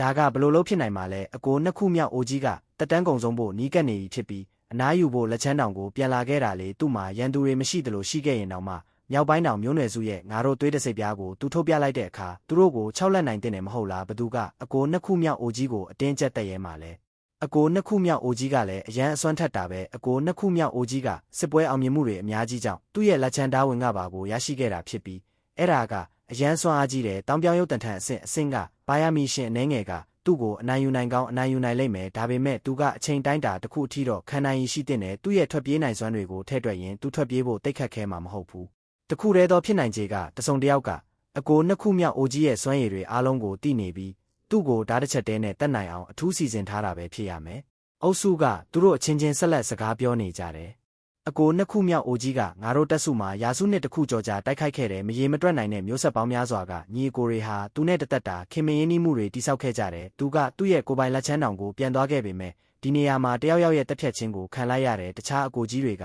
ဒါကိုဒီတိုင်းငင်ခံနေမှာမဟုတ်ဘူးငါတို့သူတို့ကိုအနိုင်မကျင့်ရင်တခြားသူတွေတက်တာရတဲ့နယ်လေဘသူကငါတို့ကိုလာနိုင်ကျင့်ရတာလဲသူ့အတွက်ငါတို့တေချာပေါက်လက်စားချေရမယ်အကိုနှစ်ခုမြောက်အိုကြီးကိုတက်တဲ့သူဘသူပဲဖြစ်ငါတို့သူ့ကိုတက်ရမယ်သူ့ရဲ့ဝိညာဉ်ကိုငါတို့ဖျက်ဆီးပစ်မယ်အရေးတက်မတော်ရဲ့ညီအကိုတွေကိုအကျိုးဆက်မရှိရဲတက်လို့မရဘူးသွေးရောင်ဝိယုံဝပုံရိပ်များအားလုံးကဒေါသကြီးနဲ့ရက်ဆက်ကြမ်းကြုတ်တဲ့အငွေ့သက်တွေနဲ့ပြည့်နှက်နေကြတယ်ထိပ်ပြောင်နေတဲ့သွေးရောင်ဝိယုံဝခေါင်းဆောင်ကတော့အေးဆက်တဲ့အတန်နဲ့ပြောလိုက်တယ်စုံစမ်းဆန်းငါတို့ဒါကိုစစ်ဆက်စုံစမ်းရမယ်အကိုနှစ်ခုမြောက်အိုကြီးကိုဘသူတက်သွားလဲဆိုတာငါတို့သိဖို့လိုတယ်သူကအနားယူဖို့အိမ်ပြန်လာခဲ့တာတောင်မှသူတို့ကသူ့ကိုအလို့မပေးချင်ကြဘူးလူသက်သမားကိုငါတို့ရှာရမယ်ထိပ်ပြောင်နေတဲ့လူကအေးဆက်ပြီးခတ်ထန်တဲ့အတန်နဲ့ပြောလိုက်တယ်ငါတို့ပြန်သွားကြဆိုခေါင်းဆောင်ကြီးကိုအကူညီတောင်းပြီးလူသက်သမားဘသူလဲဆိုတာကိုစုံစမ်းဖို့အရေးတက်မတော်ဌာနချုပ်ကိုအကြောင်းကြားမယ်သွားကြဆိုဝစ်သွေးရောင်ဝိယုံဝစ်လူအုပ်စုကအနက်ရောင်တက်တက်ဖြစ်နေတဲ့ဓာပုံတန်ထန်စစ်တင်မောအတွင်းသို့အားလုံးပြန်ဝင်သွားကြတော့တယ်လေဟာနယ်လိုင်းကရက်တစ်ခုထပ်မံထွက်ပေါ်လာပြီးနောက်အနက်ရောင်စစ်တင်မောကလေထုထဲမှာနောက်တစ်ဖန်ပျောက်ကွယ်သွားလေတော့တယ်ဂျင်းနေမူးမြောက်သားရေဖြူခွေးကြီးနဲ့ချင်းတို့အတွက်မူသူတို့ကတောင်ပြောင်းရုပ်တန်ထန်အဆင့်ကျင့်ကြံသူလက်ချမ်းချန်ထားခဲ့တဲ့ပစ္စည်းတွေကိုရှာဖွေစစ်ဆေးနေကြတယ်ယူတုံရဲ့ပစ္စည်းတွေကအများအားဖြင့်တေမျိုးစစ်များတာဖြစ်တာကြောင့်အဲ့ဓာတွေကိုအရင်ဆုံးချိတ်ဆက်ခဲ့ကြတယ်ဂျင်းနေတို့အဖွဲ့ကသူ့တို့လောင်ရေးရတနာတွေအတွင်းမှာပါဝင်တဲ့ပစ္စည်းတွေကြောင့်အံ့အားသင့်ခဲ့ကြတဲ့အကြောင်းမှာသူတနိုးအစ္စာကဒုံတနဲ့မြောက်ပိုင်းမြစ်ကျိုးတို့နဲ့အမှန်တကယ်ရှင်းနိုင်တာကြောင့်ဖြစ်တယ်ဒါပေမဲ့ဂျင်းနေတို့အဖွဲ့က တောင်ပြောင်ရုပ်တံထန်အဆင့်ကျင့်ကြံသူလက်ချမ်းမော်ရတနာတွေကိုချိတ်ဆက်ဖို့အဓိကစိတ်ဝင်စားနေခဲ့ကြတယ်နောက်ဆုံးမှာသူတို့ကတူချန်ထားခဲ့တဲ့တိုလောင်ရဲ့အမျိုးအစားမော်ရတနာတွေထဲမှာတစ်ခုကိုချိတ်ဆက်နိုင်ခဲ့ပြီးအတွင်းမှာပစ္စည်းတစ်ခုပြီးတစ်ခုကိုထုတ်ယူလိုက်ကြတယ်ဂျင်းနင်တို့အဖွဲ့ကအဲ့ဓာတွေကိုအနီးကပ်စတင်စစ်ဆေးကြည့်ကြတယ်အဲ့ဒီလိုလှုပ်ဆောင်နေစဉ်မှာပဲသူတို့အားလုံးရဲ့မျက်နှာတွေပြောင်းလဲသွားကြတော့တယ်ချင်းချင်းကတိုးတိုးလေးရေရွတ်ကပြောလိုက်တယ်အိုးတောက်ကြိုးနဲ့တောင်ပြောင်ရုပ်တံထန်အဆင့်ကျင့်ကြံသူလက်ချမ်းတိုလောင်ရဲ့အမျိုးအစားမော်ရတနာကိုချိတ်ဆက်ပြီးနောက်ပစ္စည်းတွေကိုထုတ်ယူလိုက်တော့ဂျင်းနင်နဲ့သူ့ဖော်တွေရဲ့မျက်နှာတွေပြောင်းလဲသွားကြတယ်ဂျင်းနင်ရဲ့အကြည့်ကသွေးရောင်ဝိယုံတစ်ထည်ပေါ်သို့ကြားရောက်သွားတယ်ဒီသွေးရောင်ဝိယုံကသွေးနှံတွေလွှမ်းမိုးနေတဲ့အငွေ့တက်ကိုထုတ်လွှတ်နေပြီးသူ့လက်စွပ်မှာမီးခိုးရောင်ပြန်တန်းနိုင်တဲ့ဓာတ်တလက်ကိုပန်းထိုးထားတယ်မူးမြောက်သားကတိုးတိုးလေးပြောလိုက်တယ်စစ်ဝတ်စုံတစ်ထည်ပဲဒီသွေးရောင်ဝိယုံကိုအခရာတစိမ့်တွေအများကြီးနဲ့ဖုံးလွှမ်းထားပြီးမော်ရုပ်ဝတ္ထုအမျိုးအစားမော်ရတနာတစ်ခုအနေနဲ့လည်းအသုံးပြုနိုင်တယ်ကျွန်တော်အထင်သာမှန်ရင်ဒါကိုဒီဝိယုံတူဝတ်ဆင်ထားတဲ့လူတစုကပူပေါင်းပြီးအသုံးပြုဖို့ရည်ရွယ်ထားတာဖြစ်ရမယ်သူတို့ကတသားတည်းပေါင်းစည်းသွားနိုင်ပြီးအလွန်အစွမ်းထက်တဲ့ပူပေါင်းတိုက်ခိုက်မှုတစ်ခုကိုထုတ်လွှတ်နိုင်လိမ့်မယ်မူးမြောက်သားကမော်ရုပ်ဝတ္ထုတာအိုလန်းစဉ်ပါရမီရှင်တဦးဖြစ်တာကြောင့်သူကဒီယာကိုချက်ချင်းရှာဖွေတွေ့ရှိခဲ့တယ်ဂျင်းရဲ့အတွက်မူသူကသူ့ညီလေးကဲ့သို့ရှင်းလင်းစွာနားမလည်နိုင်ပေမဲ့သူကဝင်းကပါပညာရက်တွေမှာကျွမ်းကျင်တာကြောင့်ဒီစစ်ဝိယုံကတာအိုစစ်တီတော်တွေတန်ချက်ကနဲ့စင်တူကြောင်းရှာဖွေတွေ့ရှိနိုင်ခဲ့တယ်မူးမြောက်သားကမျက်မှောင်ကျုပ်ကပြောလိုက်တယ်ဒီသွေးရောင်ဝိယုံပေါ်ကအခရာတွေရဲ့ရှုပ်ထွေးမှုကိုကြည့်ရရင်ဒါကတာမန်ဖွဲ့စည်းတစ်ခုကဖန်တီးနိုင်တဲ့အရာလုံးဝမဟုတ်ဘူးနှင်းနဂါးတောင်လိုကိုင်းတွေကဒီလိုစစ်ဝတ်စုံမျိုးကိုလုံးဝမဖန်တီးနိုင်ဘူးတကယ်တော့ကျွန်တော်ဆရာတောင်မှဒါကိုဖန်တီးနိုင်ဖို့မလွယ်ဘူးဂျင်းရင်ကအတန်နှိမ့်နှိမ့်နဲ့ပြောလိုက်တယ်သူ့စီမှာမြောက်ပိုင်းတောင်မျိုးနွယ်စုရဲ့သွေးတစိပ်ပြားရှိတယ်သူကစတီဝါရာမြောက်ပိုင်းတောင်မျိုးနွယ်စုနဲ့တစုံတရာပတ်သက်မှုရှိနေဖို့အရန်ဖြစ်နိုင်တယ်ချင်းချင်းကတားရည်စာရွက်တစ်ရွက်ကိုလက်ညှိုးထိုးပြကပြောလိုက်တယ်ဒါကိုကြည့်ပါဦးသူတို့ကတိုလောင်ရေးရတနာထဲမှာတားရည်စာရွက်အချို့ကိုထုတ်ယူခဲ့ကြတယ်ဂျင်းနင်ကအတန်မာမာနဲ့ပြောလိုက်တယ်မင်းတို့လက်တွေနဲ့မထိကြနဲ့ထို့နောက်သူကတားရည်ကျန်းလိပ်များပေါ်ရှိအကြောင်းအရာတွေကိုဂယုတစိုက်စစ်ဆေးကြည့်လိုက်တယ်စာလိပ်မှာဒီလိုရေးသားထားတယ်အကိုနှစ်ခုမြောက်အိုကြီးညီလေးကလည်းအနားယူတော့မယ်ဒါပေမဲ့ငါကောင်းကင်နယ်မြေကဘာမှာပဲဆက်နေမယ်ငါအိမ်မပြန်ချင်ဘူးအဲ့ဒီမှာငါအတွက်ဘာမှမရှိတော့ဘူးငါကောင်းကင်နယ်မြေကဘာမှာရန်သူတွေကိုနှိမ်နင်းဖို့နှစ်ပေါင်းများစွာတိုက်ခိုက်လာခဲ့တော့ငါဒါကိုအသားကျနေပြီးဒီမှာငါညီကိုဟောင်းတွေအများကြီးရှိတယ်ငါတကယ်ထွက်မသွားချင်ဘူးအတိတ်ကအကိုကငါ့ကိုလက်ချမ်းတောင်ကိုအတူတူလိုက်ခဲ့ဖို့ဖိတ်ခေါ်ခဲ့တယ်ဒါပေမဲ့ထားလိုက်ပါတော့အနာဂတ်မှာအကိုအားရင်ကောင်းကင်နယ်မြေကဘာကိုလာခဲ့ပါတားရည်ကျန်းလက်အကြောင်းအရာတွေကဂျင်းနင်ရဲ့ဥယျာဉ်ပြားကိုချက်ချင်းထုံကျင်သွားစေတယ်အနားယူတယ်ဟုတ်လားအကိုနှစ်ခုမြောက်အိုကြီးဟုတ်လားကောင်းကင်နယ်မြေကဘာဟုတ်လားမူးမြောက်သားကအံ့အားသင့်စွာအော်ဟစ်ကပြောလိုက်တယ်အနားယူတယ်ဟုတ်လားတောင်ပြောင်ရုပ်တံထန်အဆင့်ကျင့်ကြံသူလာချမ်းကတက်မတော်တစ်ခုရဲ့အဖွဲ့ဝင်တယောက်ဖြစ်ခဲ့ရမယ်ပြီးတော့သွေးရောင်ဝိယုံကိုကြည့်ရရင်ဒီဝိယုံကတောင်ပြောင်ရုပ်တံထန်အဆင့်ကျင့်ကြံသူလာချမ်းအဲ့ဒီတက်မတော်မှာဝတ်ဆင်ခဲ့တဲ့စစ်ဝတ်စုံဖြစ်ရမယ်သူကအရန်အိုမင်းနေပြီဖြစ်ပြီးသူ့ရဲ့တက်တန်းကုံဆုံးဖို့နီးကပ်နေပြီဖြစ်တဲ့အတွက်သူဒီမှာအနားယူဖို့ပြန်လာခဲ့တာပဲရေဖြူခွေးကြီးကလည်းဝင်ပြောလိုက်တယ်အကိုနှစ်ခုမြောက်အိုကြီးဟုတ်လားဒီတောင်ပြောင်ရုပ်တံထန်အဆင့်ကျင့်ကြံသူလက်ချမ်းအသက်ရှင်ခဲ့တဲ့အချိန်ကာလကိုထောက်ရှုရင်အသက်ရှင်ကြံရတဲ့သူ့ရဲ့ညီအကိုတွေအားလုံးကလည်းအရန်ကိုအသက်ကြီးနေကြပြီလို့ငါထင်တယ်ဒါကြောင့်မို့လို့သူတို့ကသူ့ကိုအကိုနှစ်ခုမြောက်အိုကြီးလို့ခေါ်ကြတာပဲဒါပေမဲ့ဒီကောင်းကင်နယ်မြေကဘာကဂျင်းနင်ကလည်းမျက်မှောင်ကျုပ်ကပြောလိုက်တယ်ကောင်းကင်နယ်မြေကဘာလားမူးမြောက်သားကတိုးတိုးလေးပြောလိုက်တယ်ဒါကမရေမတွက်နိုင်တဲ့ကဘာငယ်တွေကတခုဖြစ်နိုင်မလားဘုံသုံးပုံကဘာကနိုင်ရှင်လို့မရနိုင်အောင်ကျေပြက်လာပြီးတာမန်ကဘာတွေကလည်းအလွန်မင်းများပြားလာတဲ့ကဘာတွေကိုအေယာမကဘာကြီး3000နဲ့မရေမတွက်နိုင်တဲ့ကဘာငယ်များဖြစ်ခွဲခြားထားတဲ့မရေမတွက်နိုင်တဲ့ကဘာငယ်များထဲမှာအချို့ကိုစကြဝဠာမှတဘာဝအလျောက်ဖန်တီးထားပြီးအချို့ကိုမူအစွမ်းထက်ပုဂ္ဂိုလ်ကြီးများကတည်ထောင်ထားကြခြင်းဖြစ်တယ်ဂျင်းနင်ကသူ့ကိုယ်သူရေရွတ်ကပြောလိုက်တယ်ကောင်းကင်နယ်မြေကဘာမှာတိုက်ခိုက်နေတဲ့ဟုတ်လားမြောက်ပိုင်းတောင်မျိုးနွယ်စုရဲ့သွေးတစိပ်ပြားလားဂျင်းနင်ကဆက်တွေးတော့နေရင်တစ်ချိန်တည်းမှာပဲအခြားသားရည်ကျန်းလိပ်တွေကိုဂယုတစိုက်စတင်ဖတ်ရှုလိုက်တဲ့အချို့မှာထူးဆန်းတဲ့မြေပုံတွေပါရှိပြီးအချို့ကတော့စာတွေဖြစ်ကြတယ်ထို့နောက်ဂျင်းနင်ကအခြားပစ္စည်းတွေကိုကြည့်လိုက်တယ်ဖြည်းဖြည်းချင်းဂျင်းနင်ရဲ့စိတ်ထဲမှာကောက်ချက်တစ်ခုစတင်ပုံပေါ်လာတော့တယ်စတီဝါရာမြောက်ပိုင်းတောင်မျိုးနွယ်စုတွင်ရှုပ်ဝက်တက်မတော်တစ်ခုရှိရမယ်ဖြစ်ပြီးတောင်ပြောင်ရုပ်တံထန်အဆင့်ကျင့်ကြံသူလာချမ်းကဒီတက်မတော်အဖွဲ့ဝင်တွေထဲမှာတဦးဖြစ်ခဲ့ရမယ်မြောက်ပိုင်းတောင်မျိုးနွယ်စုတွင်ကိုပိုင်ရှုပ်ဝက်တက်မတော်တစ်ခုရှိနေတာပေါ်ဂျင်းနင်လုံးဝအံ့အားသင့်မှုမဖြစ်ခဲ့ဘူးအကြောင်းမှာကြီးမြတ်တဲ့ရှဒိုင်းနက်စတီတမိုင်းကြောင်းမှာနေစားကြီးတွေပုံကံမှုအတော်များများပါဝင်နေတာကြောင့်ဖြစ်တယ်နေစားကြီးတွေပုံကံဖို့စ조사ခဲ့ကြတယ်ဆိုတဲ့အခြားအကပင်သူတို့မိမြအစွမ်းထက်ပြီးသူတို့ရဲ့အခြေခံအုတ်မြစ်တွေမိမြနှဆိုင်ကြောင်းတက်တည်ပြနေတယ်သူတို့ကနတ်ဆိုးနဲ့ဖျားခေတ်ကလေးကလက်ရှိခေတ်အထိတည်ရှိနေခဲ့ကြတယ်ဒါကအလွန်ကြာရှည်လာတဲ့အချိန်ကာလတစ်ခုသာဖြစ်တယ်နေစားကြီးတွေအခြေခံအုတ်မြစ်တွေမိမြနှဆိုင်လဲဆိုတာမိသူမြတိတိကျကျမတိကျဘူးသူတို့မှာကိုပိုင်ရှုပ်ဝက်တက်မတော်များရှိနေတာက အတော်လေးပုံမှန်ပဲကောင်းကင်နယ်မြေကဘာအတွက်မူအဲ့ဒါကမရေမတွက်နိုင်တဲ့ကဘာငယ်များထဲမှာတစ်ခုဖြစ်ရမယ်သို့မဟုတ်အစွမ်းထက်ပုံကိုကြီးတူကသူ့ကိုယ်ပိုင်အတွက်ဖန်တီးထားတဲ့နယ်ပယ်တစ်ခုဖြစ်ရမယ်အတိုးချုပ်ပြောရရင်ဒီကဘာအတွင်းတက်ရှိတတဝါတွေရှိနေတင်ပြီးထို့ကြောင့်ပင်အဲ့ဒါကိုနှိမ်နှင်းဖို့လိုအပ်နေခြင်းဖြစ်တယ်။မူးမြောက်သားကတိုးတိုးလေးပြောလိုက်တယ်။အကိုကြီးကျွန်တော်တို့ဘယ်လိုလုပ်ကြမလဲတောင်ပြောင်းရုပ်တန်ထန်အဆင့်အဆင့်ကျင့်ကြံသူလက်ချမ်းကစတီဝါရာမြောက်ပိုင်းတောင်မျိုးနွယ်စုရဲ့ထိန်းချုပ်မှုအောက်ကရှိုးဝက်တက်မတော်တစ်ခုရဲ့အဖွဲ့ဝင်ဖြစ်ဖို့များတယ်ပြီးတော့အခြေအနေကိုကြည့်ရရင်သူကသူတို့အတွက်နှစ်ပေါင်းများစွာတိုက်ခိုက်ပေးခဲ့တယ်။သူကအဲ့ဒီတသက်တာစစ်မြေပြင်မှာအတူတူဖြတ်တန်းခဲ့တဲ့မိတ်ဆွေတွေနဲ့လုံးဝကိုအလွန်ကောင်းမွန်တဲ့ဆက်ဆံရေးရှိရမယ်။ဂျင်းရင်ကခေါင်းညိတ်လိုက်တယ်မရေမတွက်နိုင်တဲ့နှစ်ပေါင်းများစွာပခုံးချင်းရှင်တိုက်ခိုက်ခဲ့ကြပြီးနောက်အဲ့ဒီစစ်တီတော်တွေမိမြရင်းနှီးကြမလဲဆိုတာမန်းစကြည့်နိုင်တဲ့ယခုတောင်ပြောင်းရုပ်တန်ထန်အဆင့်အဆင့်ကျင့်ကြံသူလက်ချမ်းကအနားယူချိန်မှာတေဆုံးသွားခဲ့ပြီဖြစ်တာကြောင့်အဲ့ဒီလူတွေကမိတို့ငြိမ်ခံနေနိုင်မလဲ။ဂျင်းရင်ကမျက်မှောင်ကျုပ်ကပြောလိုက်တယ်ဒါကပြဿနာပဲ။တိုးတိုင်အောင်တောင်ပြောင်းရုပ်တန်ထန်အဆင့်အဆင့်ကျင့်ကြံသူလက်ချမ်းနောက်ခံကိုသူတီးခဲ့ရင်တောင်မှဂျင်းရင်ကအဲ့ဒီအတိုင်းပင်လှုပ်ဆောင်ခဲ့ဦးမယ်တောင်ပြောင်းရုပ်တန်ထန်အဆင့်အဆင့်ကျင့်ကြံသူလက်ချမ်းကအနားယူဖို့လက်ချမ်းတောင်တို့ပြန်လာခဲ့ရင်မဲ့သူကပတ်ဝန်းကျင်ဒေသအတွက်ဘေးဒုက္ခတစ်ခုဖြစ်ကြောင်းတက်တေပြနေစေဖြစ်တဲ့ယူတုံအကြောင်းကိုဖတ်ရှုစုံစမ်းစဉ်ကဂျင်းရင်ကတောင်ပြောင်းရုပ်တန်ထန်အဆင့်အဆင့်ကျင့်ကြံသူလက်ချမ်းသတင်းချက်လက်အတော်များများကိုရရှိခဲ့ပြီးအဲ့ဒီတောင်ပြောင်းရုပ်တန်ထန်အဆင့်အဆင့်ကျင့်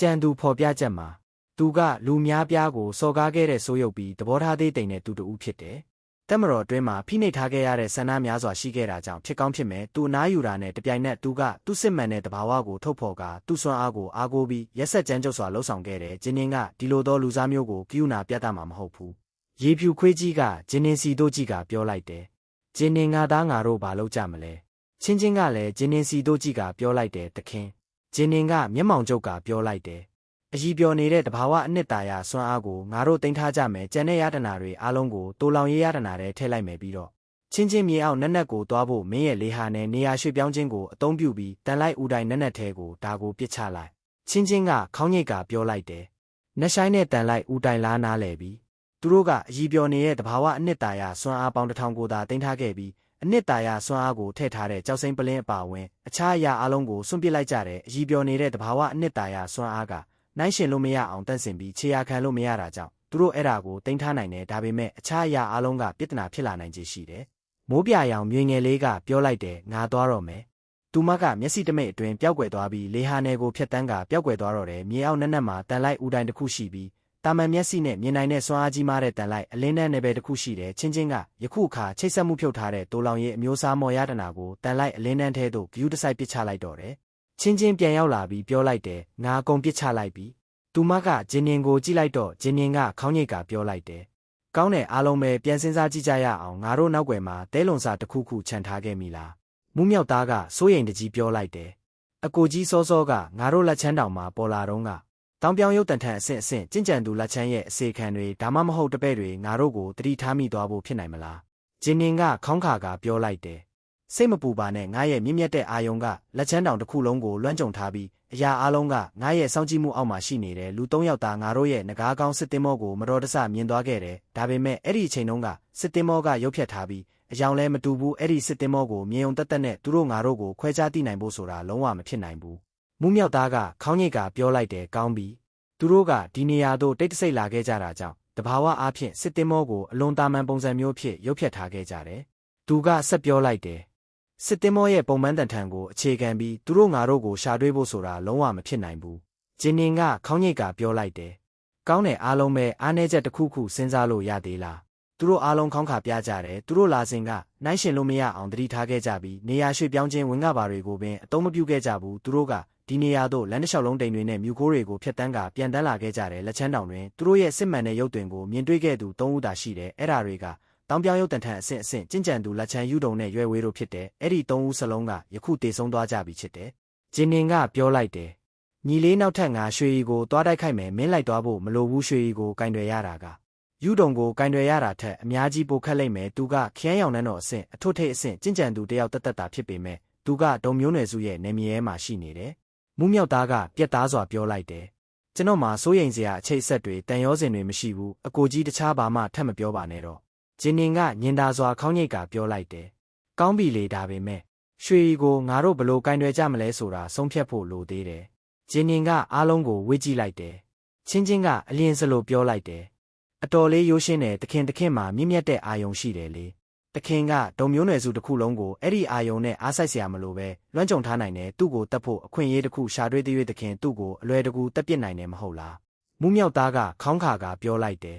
အဲ့ဒီလောက်မလွယ်ဘူးအဲ့ဒါကဒုံမျိုးနွယ်စုရဲ့ဌာနချုပ်ဖြစ်ပြီးမူလာတာကိုအဆင့်ကျင့်ကြံသူတယောက်ရဲ့အိမ်ပဲအဲ့ဒီနေရာကိုကာကွယ်ရေးအလွှာပေါင်းများစွာနဲ့တေချာပေါက်စောင့်ကြပ်ထားမှဖြစ်ပြီးအပြင်လူတယောက်တိတ်တဆိတ်ဝင်ရောက်နိုင်ဖို့ဆိုတာလုံးဝမဖြစ်နိုင်ဘူးဂျင်းနင်ကခေါင်းညိတ်ကပြောလိုက်တယ်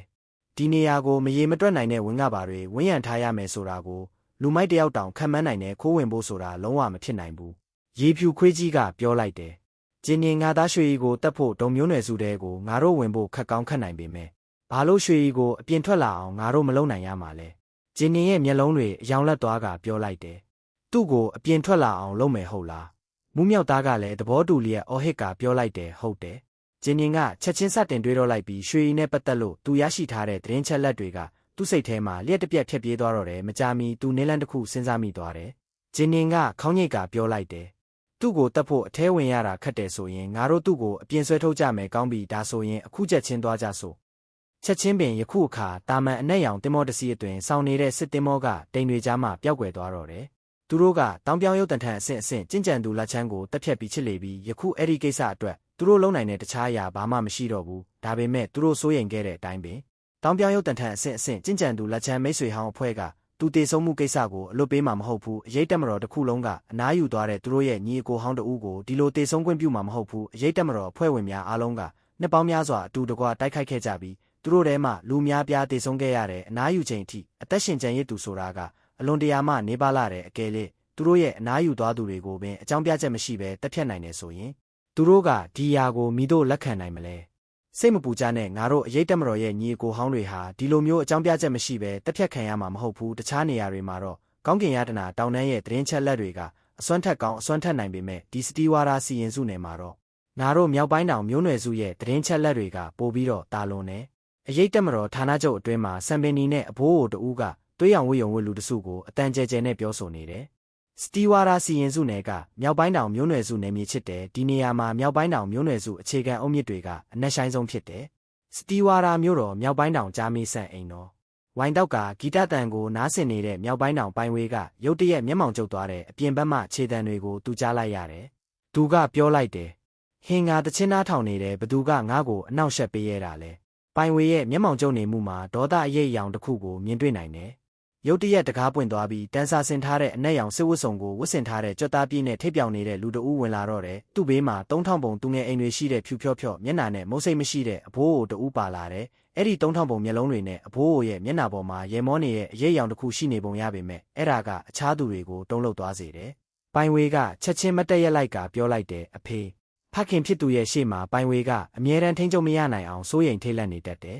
မြောက်ပိုင်းတောင်ကြားမီနှဆိုင်ပြီးဖုံးကွယ်ထားတဲ့အကြည့်တွေကအဆုံးစားမရှိအေးဆက်နေတဲ့ရေခဲကန်တစ်ခုနဲ့တူနေတယ်သူကပြောလိုက်တယ်။ပိုင်ဝေငါမင်းကိုဒါလေးမင်းမယ်ယူဒုံရွှေရီနဲ့ဒုံခုနှစ်တို့ရဲ့သတင်းချက်လက်တွေအတွက်ကောင်းကင်ရတနာတောင်တန်းကိုလူလွတ်ခဲ့တာမင်းလား။ပိုင်ဝေကခေါင်းညိတ်ကပြောလိုက်တယ်ဟုတ်တယ်။မြောက်ပိုင်းတောင်ကြားမီကမေးလိုက်တယ်ဘာလို့လဲ။ပိုင်ဝေကချက်ချင်းယိုသေးစွာပြောလိုက်တယ်။သူ့ရဲ့ညီလေးမှုမြောက်သားကိုခေါ်လာပြီးကူညီဖို့တောင်းဆိုခဲ့တဲ့ကျွန်တော်ညီအကိုဂျင်းနေအတွက်ပါသူကကောင်းကင်ရတနာတောင်တန်းကိုမတိစေချင်ခဲ့တာမို့လို့ကျွန်တော်လည်းအရန်တတိထားခဲ့တယ်ကျွန်တော်နဲ့အမိန့်ကိုဆောင်ရွက်ခဲ့တဲ့အစီခံတွေကလွယ်ပြီးတခြားဘသူမှမသိဘူးမြောက်ပိုင်းတောင်ကြားမီမျက်လုံးတွေမောင်မိုက်ကအေးဆက်သွားတယ်သူကတင်းငိမ့်စွာပြောလိုက်တယ်အိုဒါဆိုရင်တရားခံတွေကဂျင်းနေနဲ့သူ့ဖွဲ့ပဲဖြစ်ရမယ်